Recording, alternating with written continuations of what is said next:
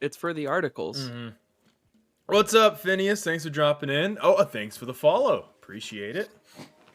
Okay, well, hey, it says we're live now. Let me just double check on my phone. Not that I'm going to boost the numbers or anything by also having it up on my phone, but that's what I'm doing. Surely not. No. Also, quick sound alert check. I got him Chat, to can work. someone let us know? I got him to Okay. work. We are not late. I hit live at exactly 8 o'clock. The notification went out late. We weren't late. We have been here for 20 minutes, my friend. Not live, but here. Okay. To that chatter, I would like to respond. Better late than pregnant, but then side eye Travis really hard. Okay, John. I know you hit it, and you specifically cropped your camera to not show it, but we need to point out that you don't have enough light strip to go to the floor, and we're gonna have to fix it. I'm gonna point it out every stream until we fix it. See, the thing is, no one knows what you're talking about. No one can see anything. All of these episodes are on YouTube, on the Hasbin Sports YouTube, and in the videos on Twitch permanently saved. So go look and then chastise John. Our regular viewers know. Yeah, our regular 7 people. We had 80 views or 85 views on the last one. Heyo, we got it. I think it's sitting at 85 views, and then the one before that we didn't promote at all got 25. So fingers crossed this one doesn't flop. Cool, boys. Well, let's get it going. I put a question out on Twitter today, was it today or yesterday? Hi, Patty. Oh, what's up, Patty? I'm a slut, apparently. Wait, why is John not a slut? John's a slut. He's a part of this. Hey. So before we really get into anything else, I put a question out on Twitter, and I asked people who they think was the best this week, these past 2 home games, and who was the worst. Right? Who performed the best on field? Who performed the worst? I just want to kick this off, coming in hot. What's y'all's opinions on that? Who do you think played the best? Who played the worst? And let's get a general synopsis before we go into individual games. Joe says, "Oh no." I hate it's been awful for 3 straight games, and can't take it anymore. Here's the thing about Joe, and I've hi son. Sorry, I was noticed me senpai'd in the chat. Thanks for the follow. CD Coggin. Someone just said Brian's a bitch. That is my girlfriend. It was Kath, yeah. Yeah, that is to be expected with our relationship. But yeah. So I don't even remember what I was saying. Oh yeah, here's the thing about Joe. I personally think every player is allowed to fuck up. Every player has bad games, and unfortunately, when you're the goalie, you cost points when you do that. At least it wasn't a loss. It didn't cost us points against Montreal. It did against Atlanta, but I mean, it's the general synopsis that these last 2 games, especially the one against Atlanta, it was his fault that it wasn't a better result. And it was just silly mistakes both times. I think personally the majority of the game he looked fine. He didn't look too shaky. But then just pulls some boneheaded stuff that puts us in a bad position and allows Atlanta or Montreal earlier in the week to get, an easy goal. Can I say something about Joe? Yeah. Nope. I think he benefits from Gary Ball. When you look at the goalie statistics from the past 2 seasons, we pushed for Joe to get respect. I was looking at it, and yes, he had a lot of clean sheets. He was up there with the top 2 in clean sheets. But you look at the save percentages, he wasn't in the top 5. Yeah. He didn't have to make a lot of saves. He benefited from a very good defense and a team that bunkered down in 2 blocks of 4 when we wanted to play defense. Hey man, thanks for jumping in for the first time. Sorry, keep going. I was just greeting people as they jump in. You're good. It's the streamer in me. I can't not do it. clip that, chat. Joe's a Get some decent. booyahs in chat, please. He's a decent keeper. He's not a great keeper. He's not an amazing keeper. He's not a horrible keeper. He's just decent. Yeah. And I think we get distracted by the sexy mustache Yeah. and the Joe says no chant that we want to hold him up on a pedestal. Yeah. In reality, there's a reason why Houston let him go and didn't like pursue him further. So I think up until he got to NSC, and you can correct me if I'm wrong. I'm also getting booyahs in the chat in my ear right now. Aggressively. Yeah, Aggressive aggressively. booyahs. But I love it. Shout out to Nakey Jakey, who I got that sound clip from. Joe, up until he got to Nashville, was a decent MLS goalie. Before Nashville, correct me if I'm wrong, I don't think he was ever like considered a top tier MLS goalie. He was always okay. Well, he played for Houston. Yeah, and they weren't really good. Also played for Houston. And like you said, the fact, Gary Ball, the fact that we have such a strong defense, that our backline's so good, our CDMs are so good, definitely helped him. He got a lot of shutouts that, he really wasn't tested that much on. That being said, I think he's a good goalie. I've seen, and we talked about this last week, and I think we talked about the week before, I've seen some people calling for us to get a new goalie. I think that's testing waters that we don't really want to test, right? We have something decent that we can work with. He just needs to tighten his game up a little bit. Yeah, I'm not calling for him. I know you're not, but just talking about what I've seen on Twitter, right? This is up with Gary out after one loss. And yeah. It's very reactionary. I'm just saying he's not been up to par. And I mean, we do have some pretty young other options. Not Meredith, of course. He's an MLS veteran.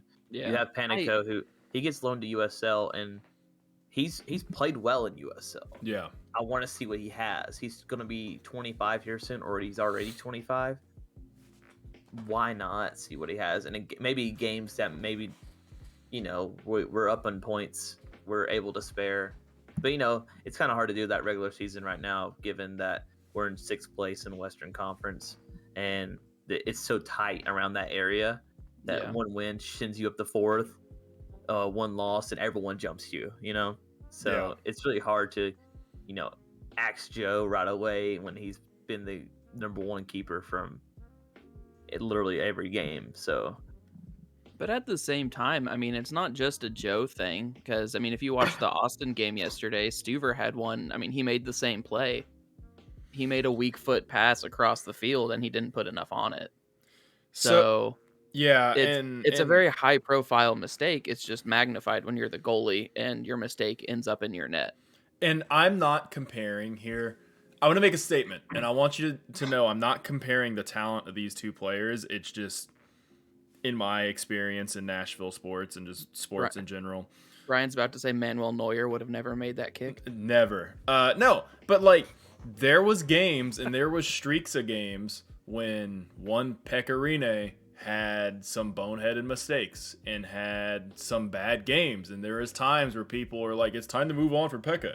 And now, a couple years out, we look back on it and it's like, why would anybody ever have said that? Why? And again, I'm not comparing the talent of the two. I'm just saying it's important to look at a situation, look at a couple bad games, take a step back and look at the entire product of this player and be like, okay, couple bad games, let's keep an eye on it, but not jump the gun on being like, he needs to ride the bench, or we need to find someone else, or whatever. I agree with you, Travis. If we have a chance, a game that quote unquote doesn't matter, we can put in a backup and see what they do, right?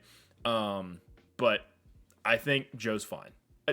That being said, he was the worst player these last 2 games. That's just Am I seeing Eric Miller slander in chat? Yeah, you are. The Golden God himself. No, that is Hani. That is Hani. You do not take that title from him. But yeah, I mean, look, we're getting Eric Miller slander, and then immediately, who do we Shaq think? Moore. We want Shaq Moore, right? We have Shaq Less already, so stop it. That's the 3rd week in a row. I'm cutting you off. Nope. Have we met Brian? Good point. But look, So who do we think was the best player the past 2 games? Montreal and Atlanta. CJ and Hani. yeah, I'm gonna say, and the Mm. synopsis on Twitter is CJ, Hani, and then Alex is an honorable mention because he's just been playing out of his mind, right? I think CJ and Hani are just it's low hanging fruit when you ask that question, just because Yes. they're assisting and scoring with each other. I think it's clear and obvious. Let's look at the midfield. Sean Davis. So, hey, when you don't have to mention a midfielder who's more of a holding or a CDM type player, that's a good thing, because that means he's not getting burnt, he's not costing turnovers or anything. He's locking down the midfield. I think him and McCarty work well together. I loved Anunga in Montreal. Atlanta, he was okay. He wasn't the best. He wasn't the worst. But like, I think Sean Davis, if you take away the 2 scorers that assist each other nonstop, I think Sean Davis has been, not only the past couple games, but like this season, like he's been a rock basically for us. When Godoy goes down with injury, McCarty's out with the red card, we have Sean Davis to rely on. It's not a drop in talent. Some might say it's even an upgrade, So I think Sean Davis. I would say I'm getting a lot of Anunga love in the chat here, and when you discount and say CJ and Hani are the low hanging fruit of this discussion, I would say Anunga or Moyle, just because, like you're saying, Sean Davis, we kind of know what to expect. Like, he was the Red Bulls captain. He was one of the marquee free agents of this past offseason. But Anunga is just found money, man. He was so good last week. I had a Anunga prop all week last week. I was posted on Twitter. I love that kid. 25 years old, 49K from Charleston Battery. When you move from USL to MLS, you bring players usually. See other teams that move from lower league to upper league. We went to a different team in USL and got a midfielder that no one knew about. He wasn't really that guy that people go, if someone goes to MLS, they need to get Anunga. We signed him. Everyone's like, who? Yeah. Who? And he's been an absolute steal. I love that guy. He's a destroyer in the midfield. Now, offensively, could he get better? Obviously, yes.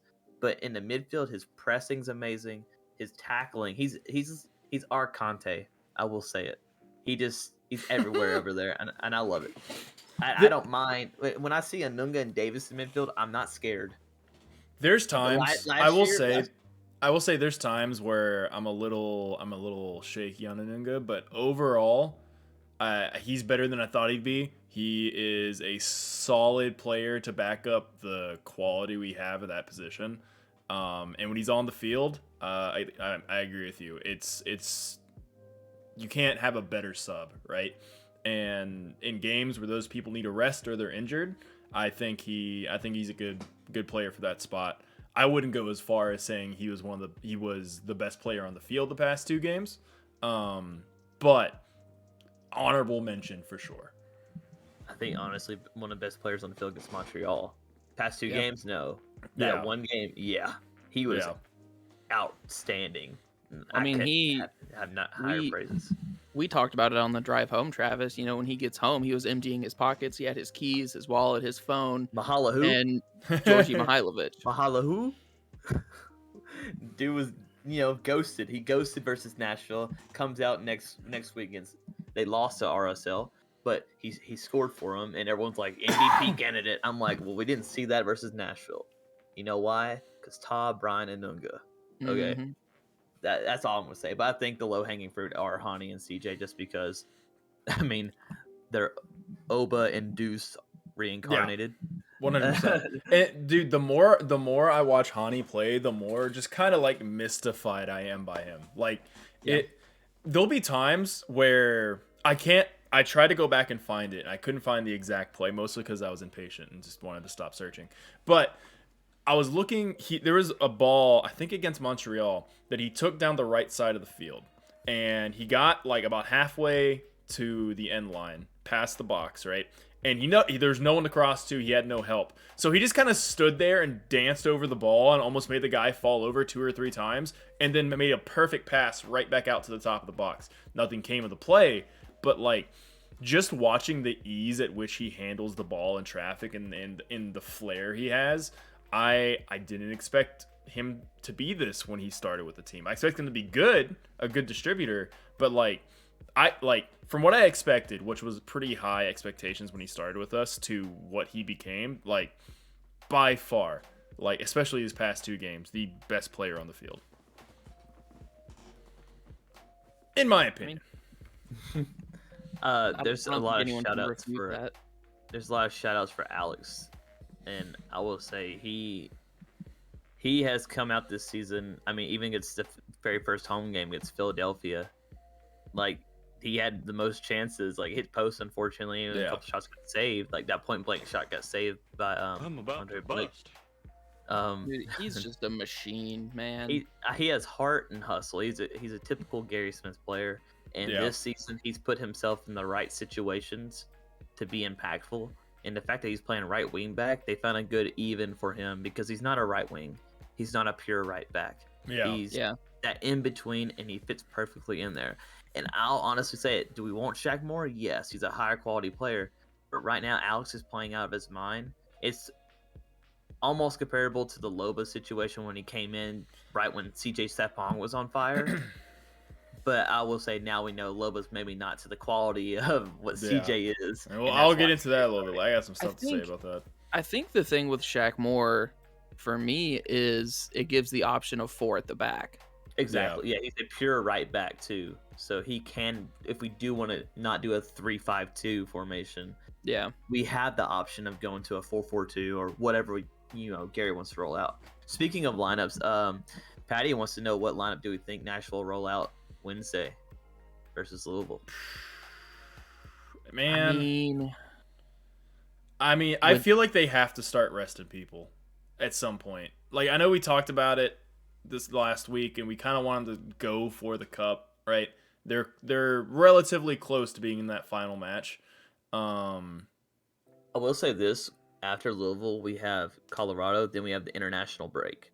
Yeah. So we will have a resting period. So you do have the opportunity to throw some starters out there versus Louisville and not have a complete rotated squad because you have that break here in a couple weeks. And also, Leal should be coming back relatively soon. From what I've seen on his Twitter, his Instagram, he seems high spirits. So I don't know. And with Godoy back too, you have the options to rotate and still keep quality in midfield. I think we'll see a lot of the starters play, but it'll be in a limited amount.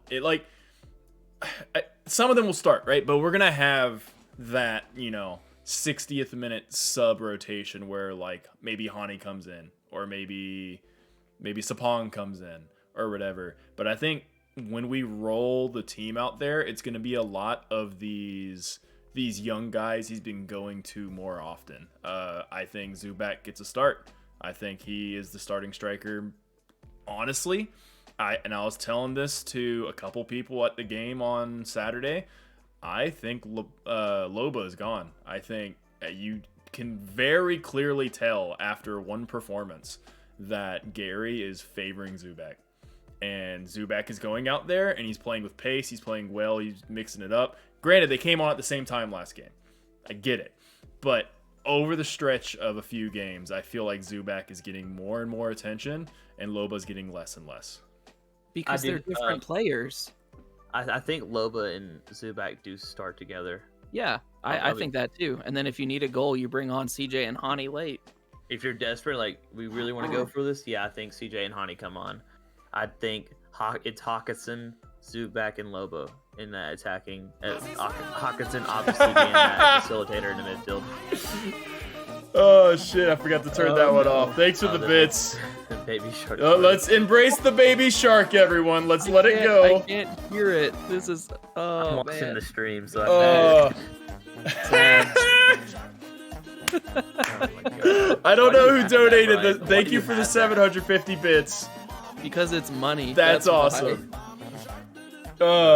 That is It's trailing off. It's trailing off. Okay, let's Okay. continue. But- Sorry. That was But awesome. I do think Hani and CJ obviously rest, and I think that Hawkinson is that facilitator in the midfield that pushes forward, and then you have Zubac and Loba up top. If Eric Miller's okay, because I know he got subbed off against Atlanta because he took a knock, I think he does start. Probably in place of Alex, to be honest, because Alex has ran his butt into the ground nonstop.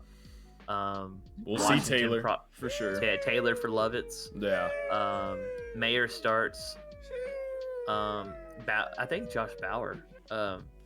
Is his name? I think it's Josh, right? Yeah. Yeah. We got him from Atlanta United too.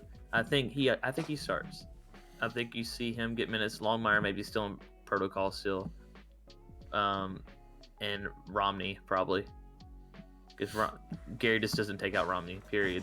Yeah, no, we've seen that. He's He gonna just run doesn't take him out. into the damn ground. Yeah. Yeah, he's like, you're gonna break before I take you out. Yeah.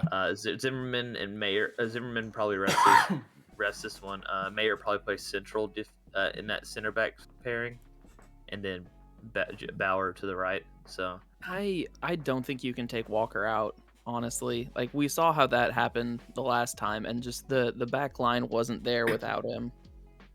I think it's hit or miss. It's like you can't for sure say he's going to be in because he was willing to take him out versus Houston.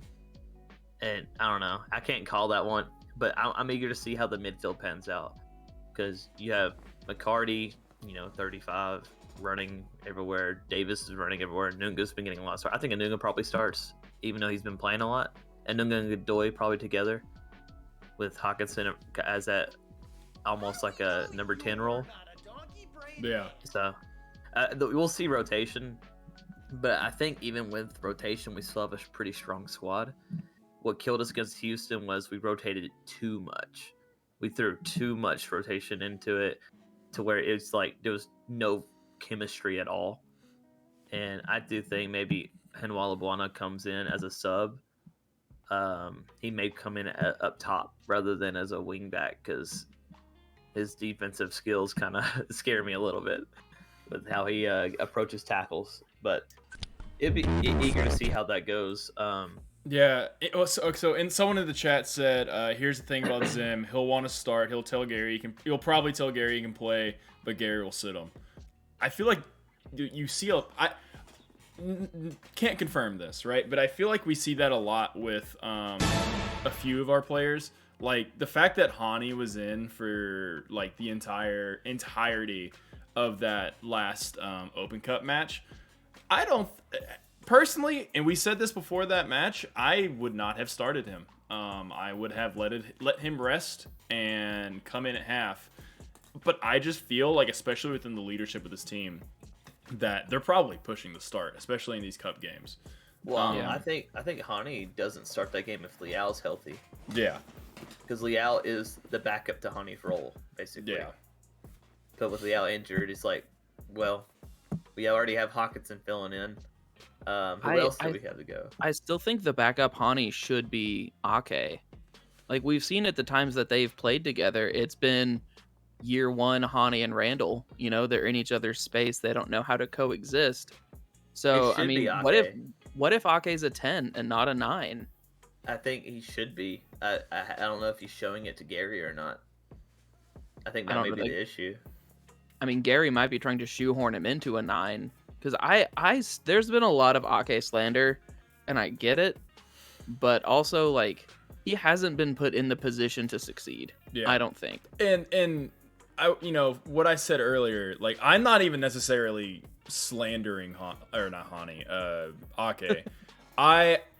I think Ake's a decent player. Like I said last time, he's made turns, he's made touches, he's had plays where you pointed that and say no other player on this team except for maybe Hani can do that, right? Yeah. And I 100% agree with you. I think he's not been set up for success, and that's not necessarily his fault. And to a certain extent, I don't even think that's necessarily Gary's fault. I think we've just been put in a situation where we got this player, and while we're winning all these games, while Sapong was going off, still playing out of his mind for his age. And we Dude, have he's still this season. He's on fire. He Yeah. wins. He's number one in aerial duels for any striker across the league. and Could I say one thing about CJ that's not Sure. really about CJ?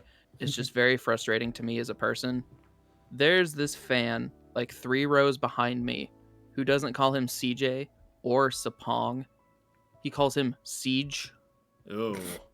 Like they're close.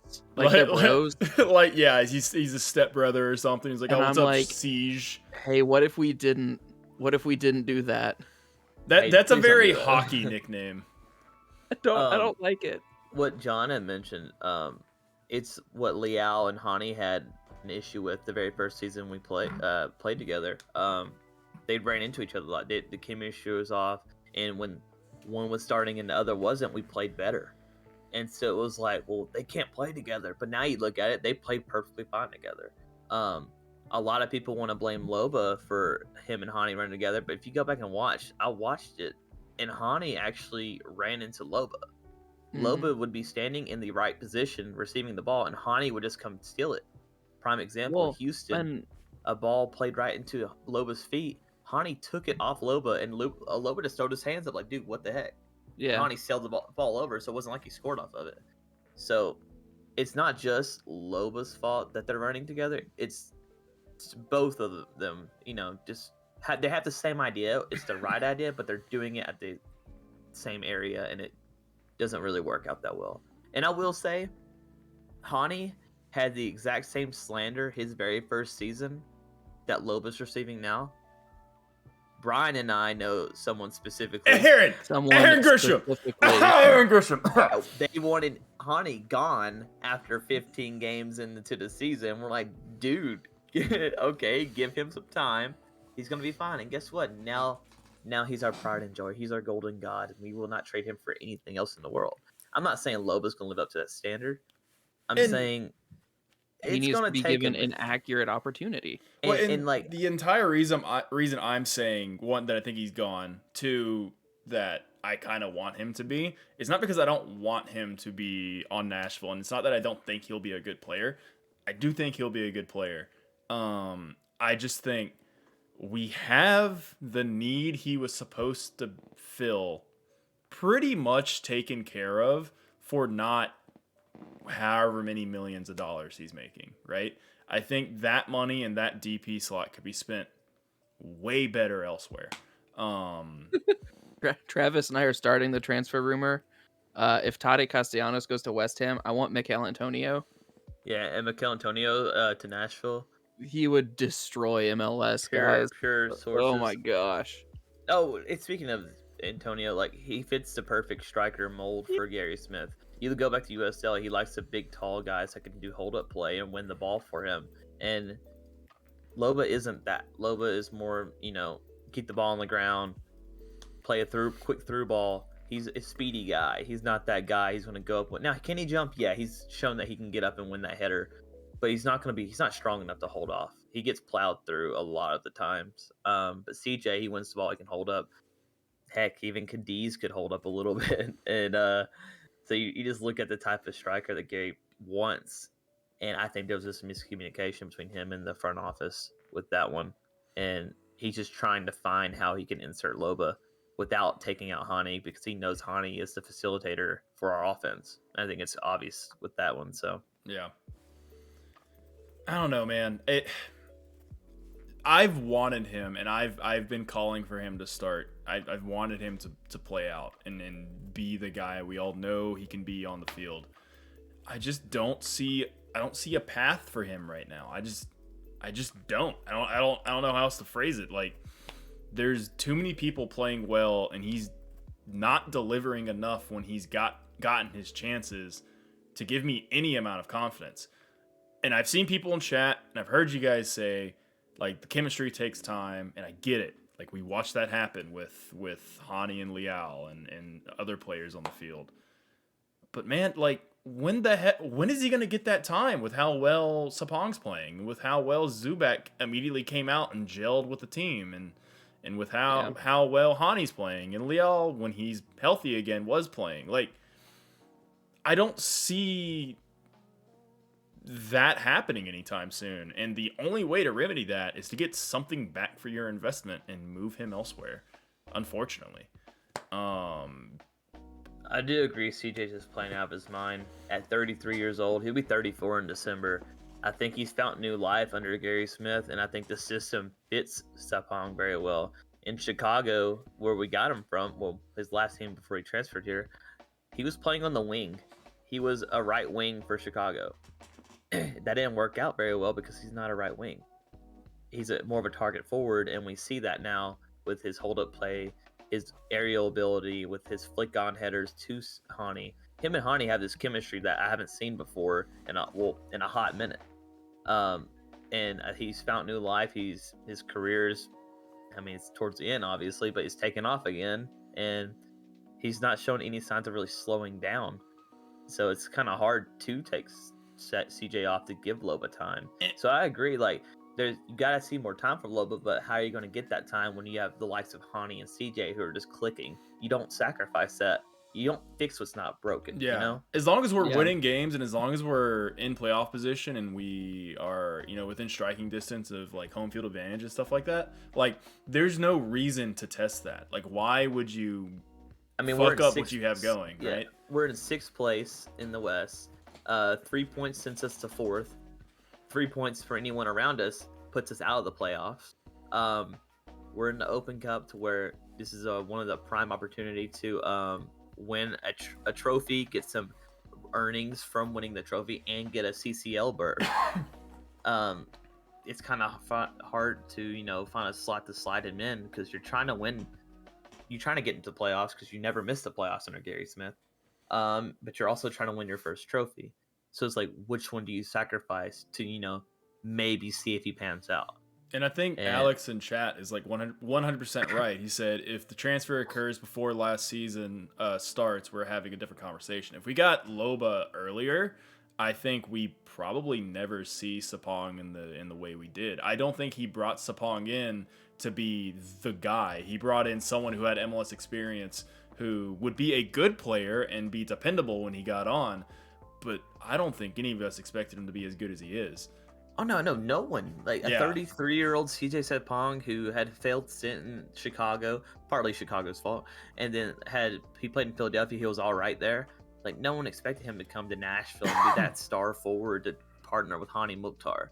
I mean, Hani Mukhtar wasn't even expected to be that good when he came here. People questioned the league he came from because every other player that came from that league had failed here. So when you partner him with Hani, no one expected this duo to happen. No one expected the second coming of Dusanova or Christ, for that matter. Basically. So no one expected that. It's hindsight's 2020. Now we know it's freaking amazing to have that.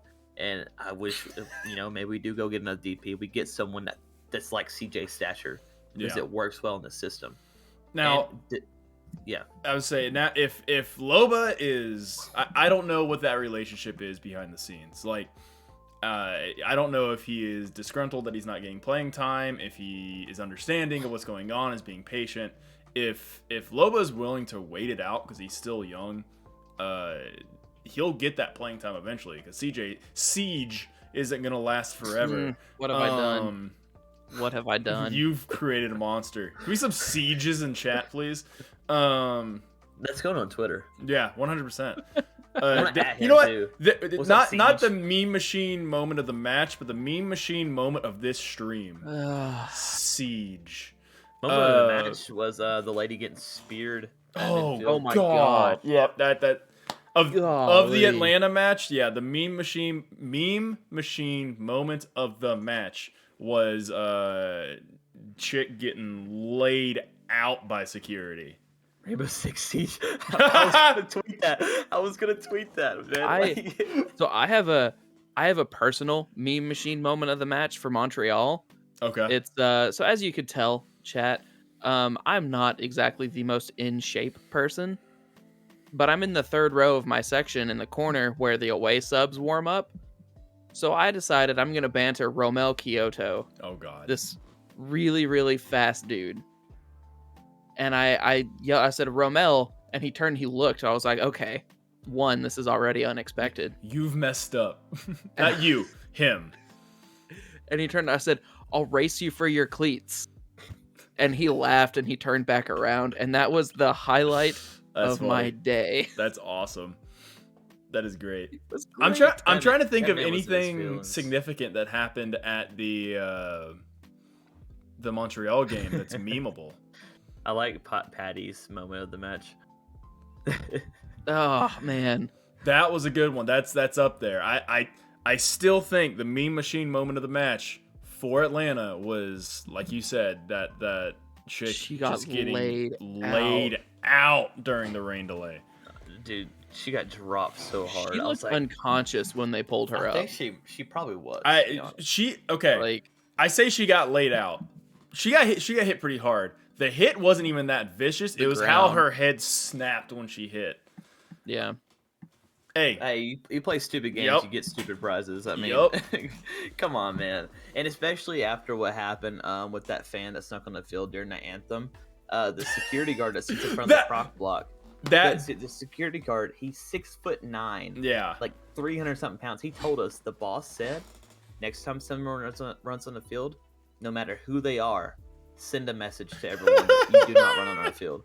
Because Oh, no. their boss got text messages from other security, like people around Yeah. MLS, saying, "How do you let that happen?" It was made a mockery of them, basically. Yeah. So he took offense to that, and so he gave them the okay to light up someone. And that one had a form tackle that the Tennessee Titans would be proud of. So Yeah. I mean, That has to be that. I take it back. That is the meme machine moment of the match for Montreal. Was the dude The sneaking dude on the who snuck field? into the, Yeah. yeah.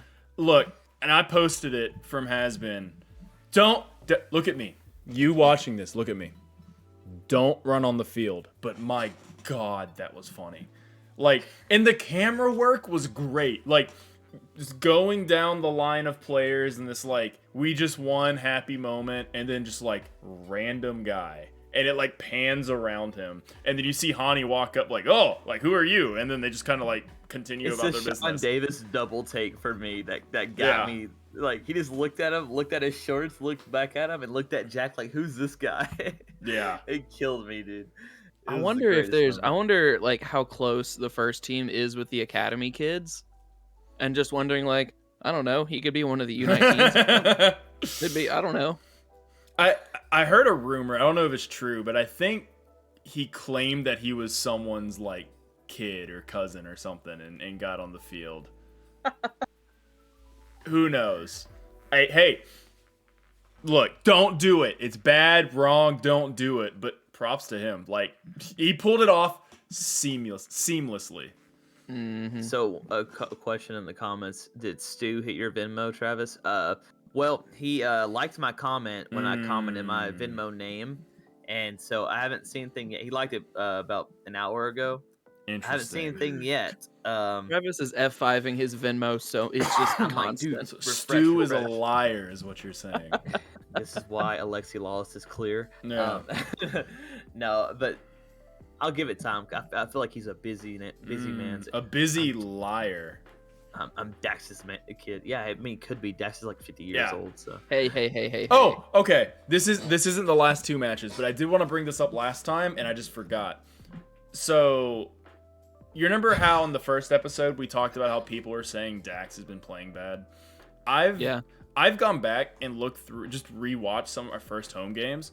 Homeboy's hit the post no less than 4,000 times. Like, he's gonna score a banger eventually. Like, there have been 3 or 4 shots from like Randall Leal range that he has just clanked off the post. And the season could be very different if he put half of those in. I don't know if you've watched. I'm talking about Dax McCarty. The last game was Atlanta. I don't know if you saw. He had a blindsided pass to switch the field into a full dead sprint Alex Mill, and it was perfect. It was a perfect ball. I had left the game because I had to work at 4 a.m. But I was watching on TV, and I stopped and I said, "What the hell?" That was a beautiful ball, and I knew Dax saw the guy, but he still turned his back to him, grabbed the ball, and just ripped it to the other side of the field. Yeah. Landed perfectly to Alex. I have no words for that. It was a class pass. Mm-hmm. Dude he's a good player. I mean, no other words for it. I think this club, I don't want to call it luck because we have a very good scouting department. Gary, is coached in the league. He knows what he's doing.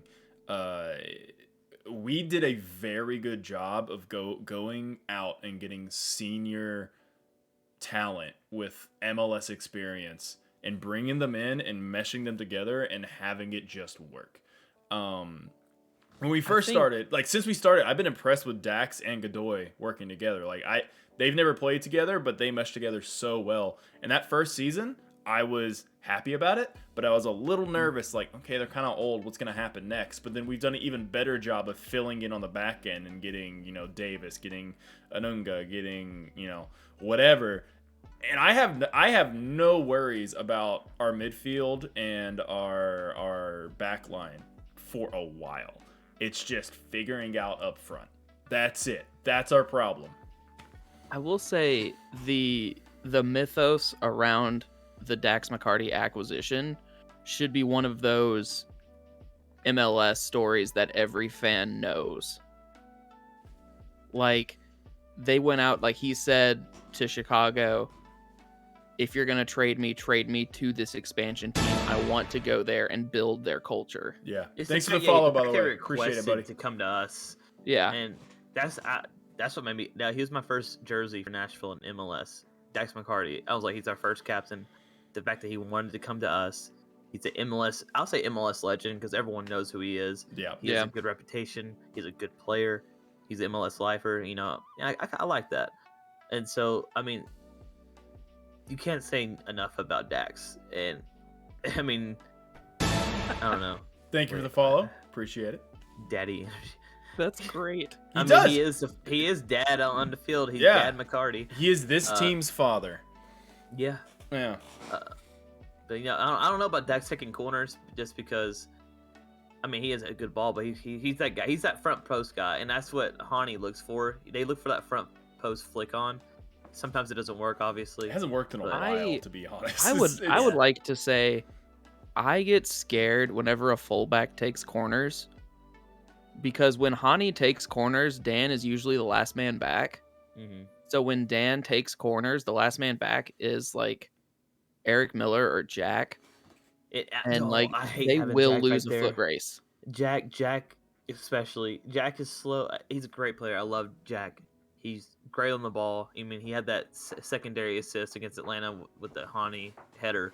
But he's so slow, dude. His pace is like a 29. I'll say it, dude. It's a little scary having him be that safety net at midfield on corner kicks and such. Yeah. Yeah. So that's my concern with Lovitz taking corners. What do you all think about the idea of when he's healthy again, obviously, of Randall taking corners?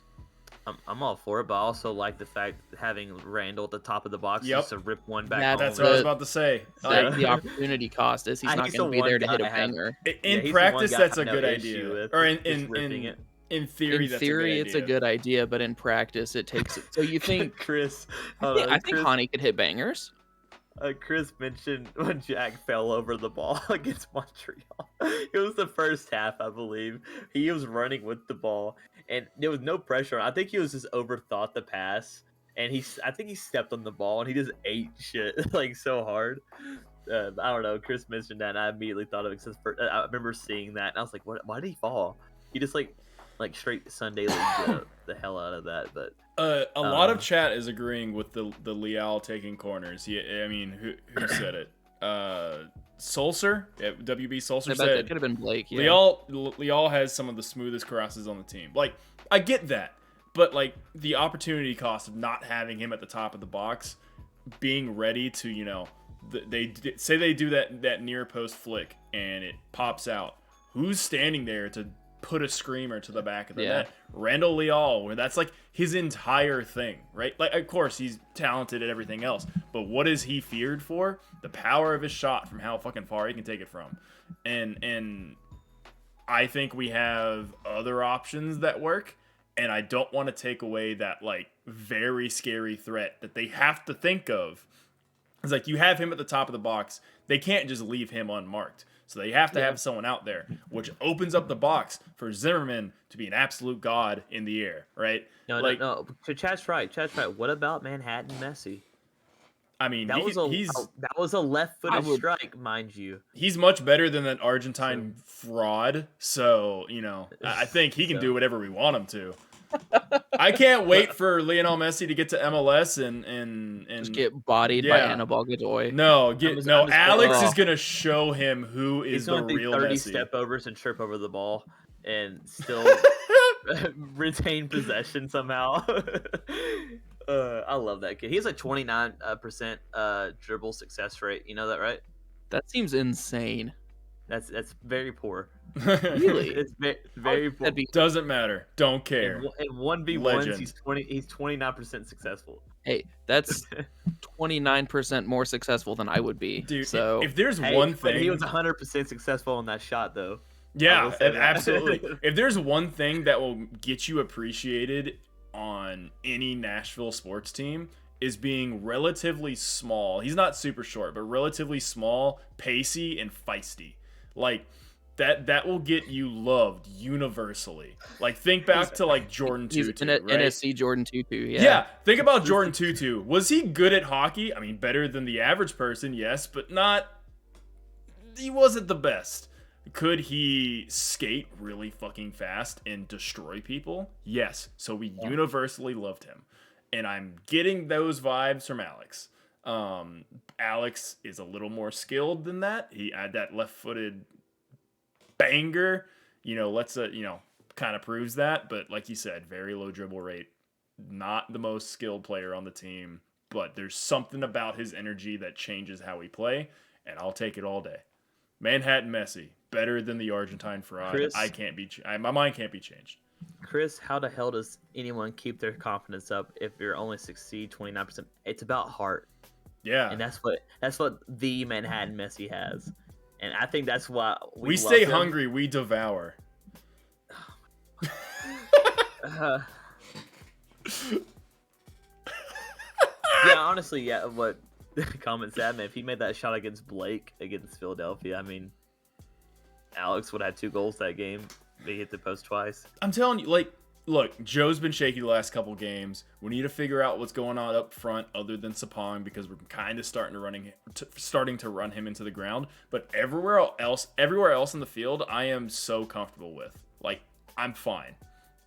Do we need to develop, depth for a couple years from now, 2, 3, 4 years from now when people start to retire or tail off? Sure. But I am so happy with this team, dude. Like, I know we're not in first. I get it. People want to win every single game. I get it. But looking at the team, just logically, I'm so happy. So Brian, I have a big picture question. Okay. For the two of you. Defensively, I think the track record speaks for itself. I think that's Gary's gifting as a coach. It's more of his focus. But does Gary struggle developing attackers? Because in USL, year 1, there weren't really good ones. Year 2, he went out and bought known commodities in Rios and Lancaster.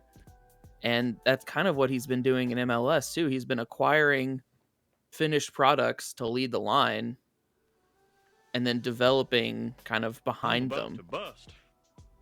So it seems like a blind spot in coaching to me. I think it's about finding attackers who buy into we're going to be structured defensively, and then we're going to go forward. I mean, they literally, I forgot who tweeted it, but they said they literally watch Atletico Madrid film to learn how they play. And it's not, and I'll be honest with you, I'm a left back by trade. Yeah, I'm about it.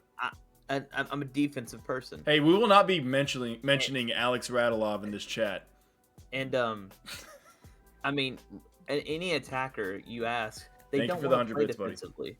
They don't want to be that guy who has to track back. I play with attackers who do that, and you have to find the right attacker who's going to commit to that. And so it's hard because there's not a lot of them. Even though the bug, no. I think that's why we didn't win against Atlanta. Is you and Alexi didn't eat the bug. True. Hey, fact. I didn't eat one versus Montreal, only one. So If Yeah, you someone didn't say you were going to if either. someone donates 200 bits, I'll buy some fried crickets and chow down. Probably not this next game, but the game after. I don't know where to find them, but I'll buy some fried crickets and chow down at the tailgate, and we will videotape it for proof. So we get 200 bits by the end of this. I'll do it. How many But yeah, bits do I have? look, I don't disagree that I only have Gary 40. isn't the Damn. best at developing attackers, but I also don't think he's the worst. Like, we've had pretty decent players that like weren't necessarily known commodities turn into fairly decent attackers. I just don't think it's what he specializes in, and it's just not who we're gonna be. It's just not. yeah, I think Randall Leal's a pretty good attacker, Yeah. and he's gotten more confidence, and he's helped develop that chemistry with him and Hani by finding spots for them to be both on the field. Because at one time we all thought they're both number 10s. Mhm. In reality, Hani's almost like a second forward at this point, and Leal has slid into that midfielder role. But Leal's still able to score for us. He still gets assists. He still contributes offensively. He's got Leal more centralized in that midfielder role, and he's got him more. He's worked on him more on tracking back defensively, and I've been pretty impressed with Leal being able to defend, honestly, and be in that midfield role. And so I think he does develop people. I think it's about I think he's been unlucky with the types of players he's gotten, because a lot of them don't buy into the I'm a track back and defend first, like CJ has. CJ sits back and defends. He'll intercept. He's intercepted so many passes that I've seen from center backs just trying to play it back and forth to each other. He like baits them into that pass and steals it. He's so good at playing defensively, and not every striker wants to do that, because they're that kid that grows up. I want to score. I want to score. I want to score, but I don't want to do anything else. And it's hard to find those certain players, but once you find them, they click. Example, Hani and CJ. Hani has no issue getting back and defending, and neither does CJ. So I think it just depends on the type of player you get, and I think he's got Leal into that role, because I don't think Leal was really I'm a defend first when he first got here. There was a moment. Like, if you're lying to me, I'm gonna be very upset. There was a moment against Atlanta before the rain delay that just kind of proved how defensive focused we are, and how good even like Sapong, Hani, and everyone is at playing defense. We turned the ball over, but we were like attacking. We turned it over on their side, and I watched 4 people in the corner collapse in on one man and force him to kick the ball out of bounds. Like, they are so damn good at taking away space wherever it is on the field, and just shutting down the other team, that it's amazing, right? And like I said a minute ago, that's just who we're gonna be. We just got to figure out the other stuff around it, but I am 100% okay with being, a little more Atletico Madrid-y than I am with being Hey, Brian. whoever else. Atletico hurts my soul, though. It's not the most attractive soccer, but it works. I'm they okay with won a dirty, title. gritty soccer. I am so okay with that. Brian, let me ask you something. As long as we're winning. John and I had talked about this. Aren't you starting to see a little bit of New York Red Bulls in this team? Explain. Despite McCarty, Will, and Sean Davis all being from their Yeah, their academy explain. on their team. Because I associate the Red Bulls with being stupid, paced up. Okay. They're So- high pressed. Yeah. They They're press global. Their global brand. It's called Energy Drink Soccer or Stop Energy Drink it, you. Football in Europe. And like- well, it's all about running. It's about None of just these go, players go, are go, go. F1 drivers, so no, I don't see them being like Red Bull. So what they do, they're high energy, high press. Good joke, Brian. And they trap you into. Now, I'm not going to give you that I'm satisfaction. gonna. Someone in what's chat your laugh. Are you has been Brian? I'm timing you out, even though you're not in chat. But what we're You are saying in chat. I'm timing you out. specifically the Montreal game, when we high pressed, it was hell for them in their back line, and that's why they didn't get a lot of things going for them, because with Montreal they get their defenders forward, but when they get the ball back in their defensive half, and we're high pressing with Lovitz being that. I think Valère had a video where he narrated the press that we had, Lovitz had pressed up, Hawkinson had pressed in, Hani had pressed up, Nunga. It was like 4-on-2. Yeah. And they would just heaved the ball up, and it went back to Zimmerman. He stopped it, and we had the ball back again. Yeah, And no, in that Can we real aspect, I quick agree shout with you out Valaire's 100%. videos? Can Do we what? real quick shout out Valaire's videos? Because I love those every week. I love the narration videos. They're 'cause great. it explains a lot that a lot of people may not see. A lot of people, and it's no fault of their own. I mean, a lot of people are newer to soccer. They just watch Alex, soccer. it's funny when I and do it. when they watch soccer, they just kind of see like the game being played. They don't see how it's played. They don't see the in-depth things that's happening like strategically. And those narration videos by Blair explains it perfectly. Once he explains it, you start noticing it in other games. Like, oh, okay, that's what we're doing. And I think his videos are pretty awesome, to be honest. In chat, someone said, I have the tendency to focus on negative, and I view San Jose and ATL as 4 points we should have had. I mean, I don't disagree. That's 4 points we should have had. I'm the exact opposite person. I tend to focus on the positive. I think I'll take a result if we can get it. And I personally believe that throughout a longer season, like MLS has, that it's just part of the game that you're going to lose some you should have won, and you're going to win some you should have lost. And hopefully the rest of those games level it out and you turn out okay. If we were consistently doing that, yeah, I'd be in the same place. You know, I'd be incredibly frustrated. But I have no complaints so far. They have gained my trust, and I'm here to spread NSC propaganda. Do y'all notice that? I think it was the last time was San Jose. The last time we conceded on a set piece. Was that the last time? I believe so. I don't look. I still get nervous every single time, but they haven't in a while. I haven't gone back and looked at the exact. Every time we take the corner game, kicks but- against us, I get tense, and I've noticed that we haven't conceded on a corner in a hot minute. How long after do you consider a set piece? Because I feel like recently we've conceded off of like a second ball. Like we won the first one but didn't clear it. And I can't. If you count penalty kicks as a set piece, we conceded penalty against Houston, but I don't consider that a set piece No. when you're. I agree. I'm talking about like marking, because before we were awful on marking. For some reason, Zimmerman couldn't get to that. He did zonal marking while everyone else did man, and it threw it off. And I think Gary fixed that issue. I mean, finally. he always floats though. And I think that's what the issue was. Like, they worked on communicating how that works better, because I don't know if y'all noticed last season's playoff game against Orlando, we had Lovitz marking DK when he scored. Yeah, and look who's still in MLS. I don't know if you noticed this, but Lovitz versus DK is a mismatch in size, and so I think they've worked out things like that, communication, different zones where they know Zimmerman's going to be. But looking back at it, I mean, they've tightened up the one thing that we've always harped on, that even Matt Doyle harped on, like, what's the deal with set pieces? Yeah. You're one of the better attacking set piece team in the league, but you suck at defending them too. It doesn't make sense, because it's about winning balls, and if you're good offensively winning it, you should be good at defensively winning it.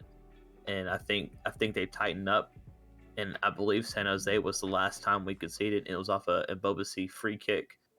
I don't know if he directly scored off it. I can't remember. But It was. Yeah. He did a direct free kick.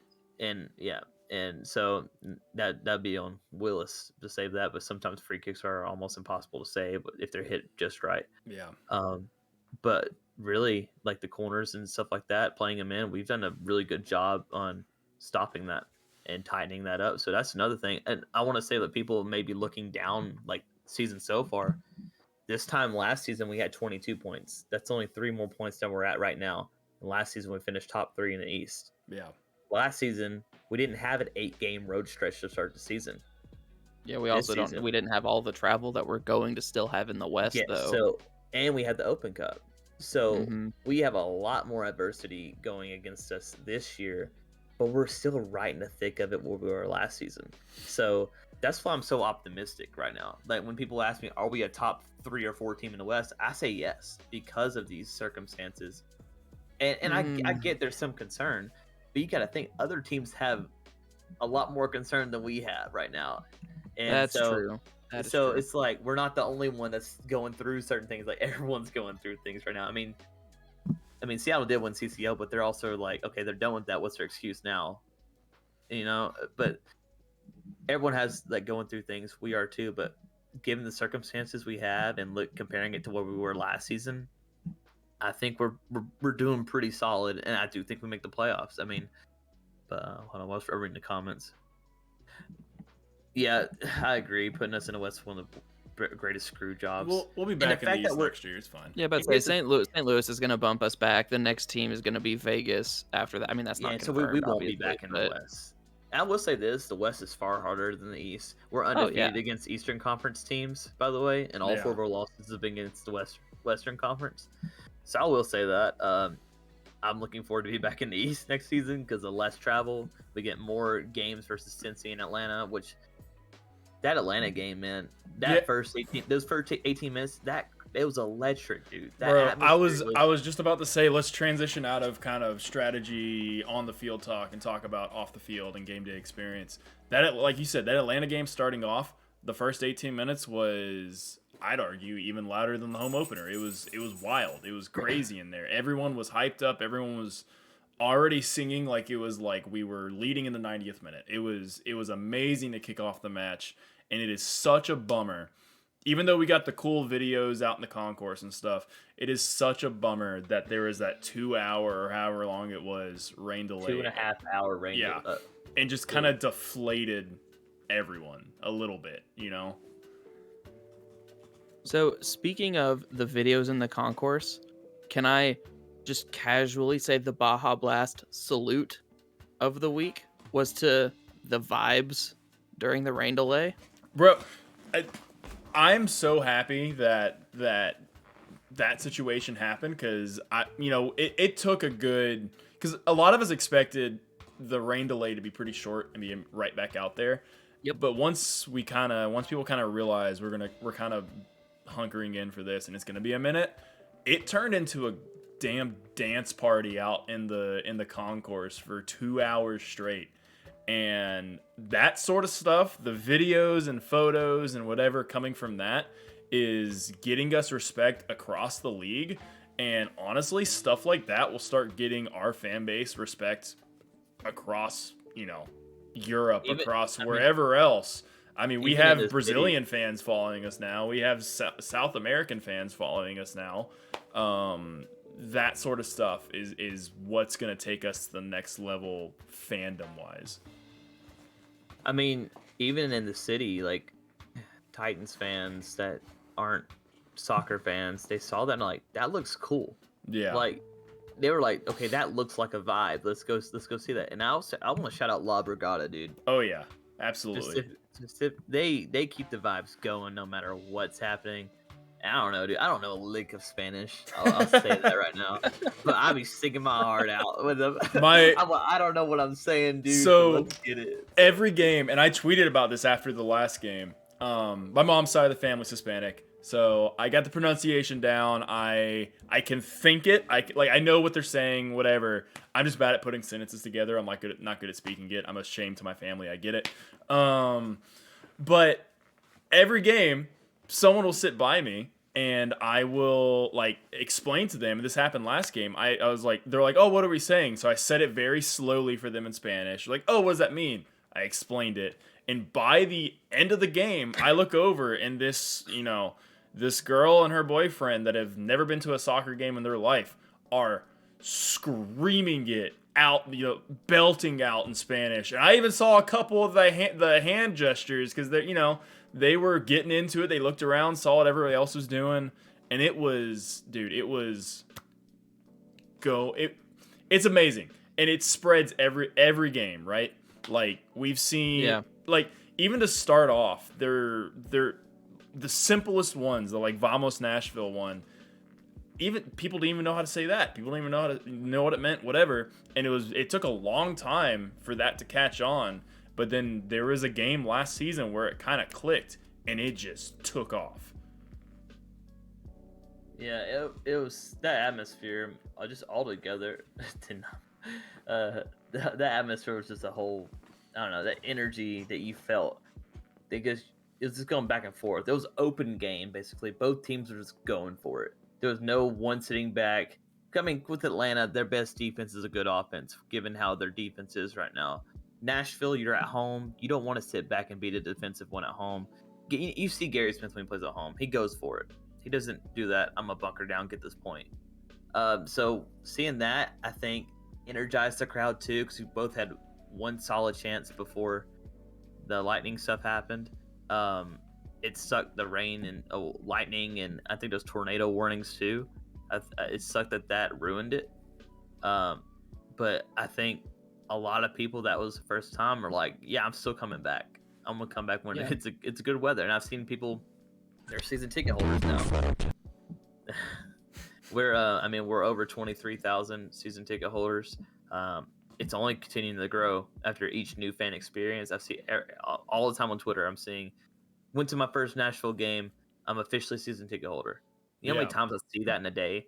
It's ridiculous. Like, I was like, okay, that's insane. So I thought it was a good game as far as like atmosphere. Unlucky to not get all three. I mean, And I was talking to, I think it was to Robert, as we were like coming out of the Roberto. Blackhawks fan? Yeah. As we were coming out of the rain delay, I was like, yeah, a lot of people left because it was 2.5 hours. But I bet you if they were to take attendance again and count it up, what was left would be more than we ever had in USL. Like, it'll be more than most excluding MLS the teams. Nissan games, I would think. Do what? Excluding the Nissan games, because I feel like yeah, but I mean, even then, those were pretty like they were good USL crowds, right? Yeah, like someone made the joke that we would have more attendance than some MLS teams still. Yeah, no, I mean that's legitimate. Look at the bottom of the attendance charts, and it's like it's less than what we were doing in USL. It's not good, but we're doing pretty good right now, and I'm okay with that. About the Atlanta game itself, like the actual game part, I mean, I feel like we were very unlucky to not come away with 3. Joe Willis with the terrible giveaway. I'll just say it. No pro goalkeeper should make those mistakes. Yeah. Do they happen? Yeah. But you don't play across your body like that. It's sort of like a quarterback throwing across his body in football. It's going to get intercepted. And then Dan Lovitz, I mean, it's a good run by, I forgot who it was. It wasn't Gutman because he was out at the time. It was a good run by their backside wing. And Lovitz got caught just a split second. And it was almost, I don't think, it wasn't offsides in my opinion. I know some people clamoring about offsides. It was just on. It was a good run by them, good play out by Almada. But honestly, it was a draw that felt like a loss to us because we had played well most of the game, and as soon as we took out Hani and CEEJ, you saw that we weren't going to have much good. Well, we had some opportunities going forward, but we weren't going to have that same danger offering like that made them worry as much. And I mean, personally, it did feel like a loss, but it was a draw. And they celebrated like it was a win for them because, in all honesty, it was where their season's at right now. So. I think without the weather delay, and Chris in the chat kind of alluded to this, I think without the weather delay, we come out of that with 3 points. Like, the atmosphere was insane. If you look at how the game played out, I think having the full, like, 30,000 there going nuts the entire game gives them that extra little bit they may have needed. And this is all speculation, you never know. But I think that would have played a huge role in how the game turned out. Again, I'll take the point. I don't care. We haven't lost at home, and as long as we can keep that streak going, I'm happy. Okay, so pivot towards coming up this week with Open Cup at Lou City, spinning around and going at Colorado. Talk about Louisville first. Did y'all grab bus seats? I did. I can't go. Lord, my wife and I did. I was trying to be able to work it out with my job, but I just can't. I'm gonna be watching. I'm gonna be live tweeting. I can't make it. Why you do this? Money. money so Fair, I can go yeah. to the rest of the games. But I did get a week of vacation cleared for later in the summer. I just need to pick which game I want to go to, and so I'm going to go to another one. So we'll figure it out. But if I'm talking about what I think is going to happen, transitioning kind of into Let's go for score predictions, the Louisville game is going to be tight. I think we're going to start off with a heavily rotated squad. It's going to be a pretty close game, and then a few of the starters are going to come on at the end, and we're going to squeak out a win. If it's going to be pretty low scoring, I think 1-0, 2-1 maybe. But I do think we pull out a win in that one. And then what's the next game after that? At Colorado Rapids Saturday night. At Colorado Rapids. Honestly, for the remainder of this stretch of games, I'm just gonna say all away games are gonna be draws. Like I just feel like that's just what I expect now. We're gonna win at home and draw on the road, or we're never gonna. I would not be surprised if we didn't lose the rest of the season and the loss was a draw, and I think it'll be a 1-1 draw in Colorado. Okay. Travis, what are you thinking? Honestly, I think a 3-0 win against Louisville. Little bit hat trick. Nah, Zubak hat trick. Joe Willis hat trick. A Steven prediction. Yeah, Joe Willis hat trick.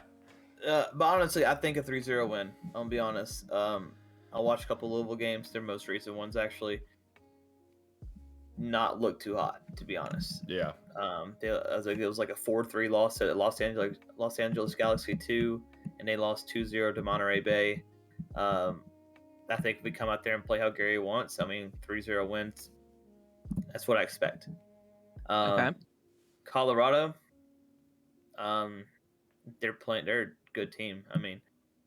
I think altitude, travel, it might affect us pretty. I don't think we're gonna win against them. I'm taking a draw. Travis, I don't jinx this, dude. I only jinx this when I talk shit on Twitter. Twitter, and I'm not talking shit. I think we draw Colorado if we bunker down and get away with one. Okay. And but yeah, then after that we got international breaks. We got a week off basically for everyone to heal and not be tired. I can't wait for that break, dude. Yeah. Yeah. I think Lou City is 3-1. Nashville win. It's a 2-goal lead. Louisville scores in the second half, and then there is a classic Nashville SC 90+ minute goal to seal it. Yeah. Is it a Lancaster goal against us? Maybe an own goal. I feel like that's a bolder prediction. No, Cameron Lancaster own goal. Lancaster goal would be hilarious. As far as a narrative would go, I think it would be beautiful. I don't know that I want it to happen just because he's genuinely very talented, and that would be more confidence than I would want him to have in a game against Nashville. Yeah, I know he's coming back from injury. He should be. The way they talked, he should be ready to go against us. There was a Lou City fan in here earlier, and they said that he is expected to be healthy for this game. Yeah. So I don't know that means he starts, but I would expect him to play. I love the guy, but he was just constantly hurt for us. Sort of like Rios last season. Wasn't like he was playing bad. He was just injured. And so it's like you're just kind of wasting a spot on the roster at this point. And as far as in Commerce City, I hate to be the downer here, but there's one thing more than anything else that I think Nashville's backline struggles with, that Colorado's front line has in abundance, and that is speed. Mm-hmm. With Jonathan Lewis, Zardes, and Barrios. They are burners. So I think Zardes gets an own goal. Anything's possible. Jonathan Lewis in this game scares me in the same way that Kyoto scared me against Montreal, except Jonathan Lewis has a better track record of finishing. I hated trash talking Kyoto against Montreal because I was like, dude, he's going to come on the field. He's fast. Yes. He's going to give it to Kai Kamara too, and he's going to score it. But luckily it didn't happen. But Dude, did you see? So Kai Kamara went out injured, I think, in the Nashville game. Hurt his And wrist, I think. yesterday he had a daggum club on his arm. He may have sprained his Like wrist. he went out injured and was like obviously like there is evidence he is hurt. Yeah. Yeah. So I mean, I know when he he initially collided with Joe, I thought he dislocated it his looked shoulder. bad. Yeah. Because he was holding his hand the whole He time. because he was well, he was like holding his arm, but he was also kind of like slumped over doing it. Like I thought his like shoulder had popped out or something. Yeah. Yeah. But yeah, I think he just sprained his wrist because I think he came back. Did he not come back on, or did he so completely out? He came, after that he came back on. But then he did. I don't think he finished the game. He definitely did. I think he he subbed out pretty quickly after that. Yeah, he came back on and subbed out, but I think he just probably sprained his wrist. Alex, all the homies. Yeah. 100% agree. But cool. We're at an hour 17. I think this is a good wrap up point. No, I'm good. Like seriously, I'm good with these being a little longer. We're on Twitch. Like we're not confined to any amount. My minimum's 30 minutes. I say my maximum's probably an hour and a half. So this is ideal. And plus we had 2 games to talk about. 2-game week. Yeah. So we're not gonna have that forever. Yeah, and also can we get some booyahs in the chat, please? Because Chris, they've been requested. Yes. We'll let our buddy Nakey Jakey play us out here for a second. Go ahead and get a couple recorders in the chat. Yep, Can we go ahead recorders. and get a couple keyboard kids in the chat? Can we go ahead and get a couple of horse people in the chat? Maybe some please? horse people in the chat, please. Okay, so thank you for watching on Twitch if you're here live. If you're watching on YouTube later or on Twitch later, thank you as well. Come watch us live, interact, have your opinions in chat on this video. We got a name. We are getting a new logo. And this is going to continue. This is fun. This is going great. So, yeah. Thanks for dropping in, boys and ladies. I guess I'll give the Hani salute and call it a day. See ya. Toodles. Bye. I love you.